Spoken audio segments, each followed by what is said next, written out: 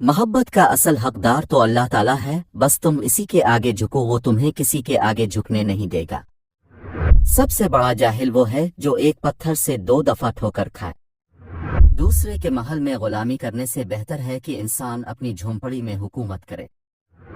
جب حق پر رہتے ہوئے تمہاری مخالفت حد سے بڑھنے لگے تو سمجھ لو کہ اللہ تمہیں کوئی بلند مقام دینے والا ہے۔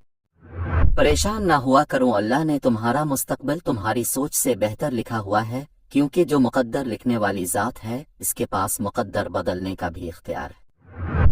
تم خود اپنی دعاؤں سے ہی اپنا مقدر لکھتے ہو اور تمہارے دعائیں ہی تم تک وہ سب لے آتی ہے جو تمہارا نصیب بھی تمہیں نہیں دے پاتا۔ تمہارے والدین تمہیں بچپن میں شہزادوں کی طرح پالتے ہیں، لہٰذا تمہارا حق بنتا ہے کہ ان کے بڑھاپے میں آپ ان کو بادشاہوں کی طرح رکھو۔ اگر تمہیں کوئی صرف اپنی ضرورت کے وقت استعمال کرتا ہے تو پریشان مت ہو، بلکہ فخر کرنا کہ اسے اندھیروں میں روشنی کی ضرورت ہے اور وہ تم ہو۔ صرف 2 لوگ مقدر والے ہوتے ہیں، ایک وہ جنہیں وفادار دوست ملتا ہے اور دوسرا وہ جن کے پاس ماں کی دعائیں ہوتی ہیں۔ کسی کا دل اتنا مت دکھاؤ کہ وہ اللہ کے سامنے تمہارا نام لے کے رو پڑے، کیونکہ ٹوٹے ہوئے دل سے نکلی آہ عرش تک پہنچتی ہے۔ دل کو قابو میں رکھنا اور اختیار ہونے کے باوجود ناجائز خواہشات پر عمل نہ کرنا، یہی اصل مردانگی ہے۔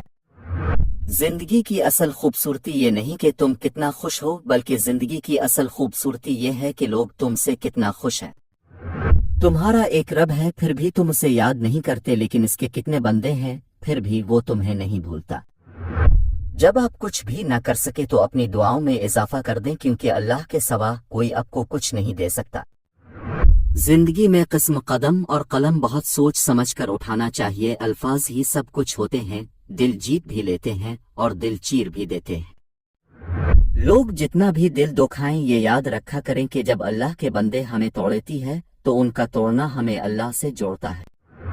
100 دوستوں سے وہ ایک شخص اچھا ہے جو دل میں نفرت تو رکھتا ہے لیکن منافقت نہیں۔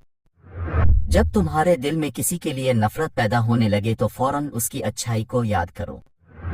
اگر کوئی تم سے پوچھے کہ زندگی کیا ہے تو ہتھیلی پر ذرا سی خاک رکھ کر اسے اڑا دینا۔ اپنوں کو ہمیشہ اپنے ہونے کا احساس دلاؤ، ورنہ وقت آپ کے اپنوں کو آپ کے بغیر جینا سکھا دے گا۔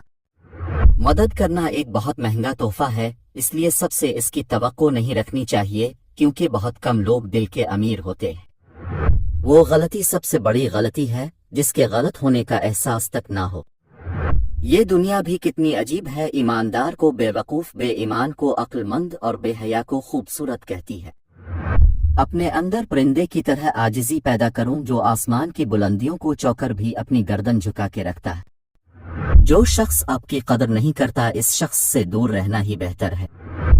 جس زمین پر بارش نہ ہو وہاں کی فصلیں برباد ہو جاتی ہے، اور جس گھر میں دین نہ ہو وہاں کی نسلیں برباد ہو جاتی ہیں۔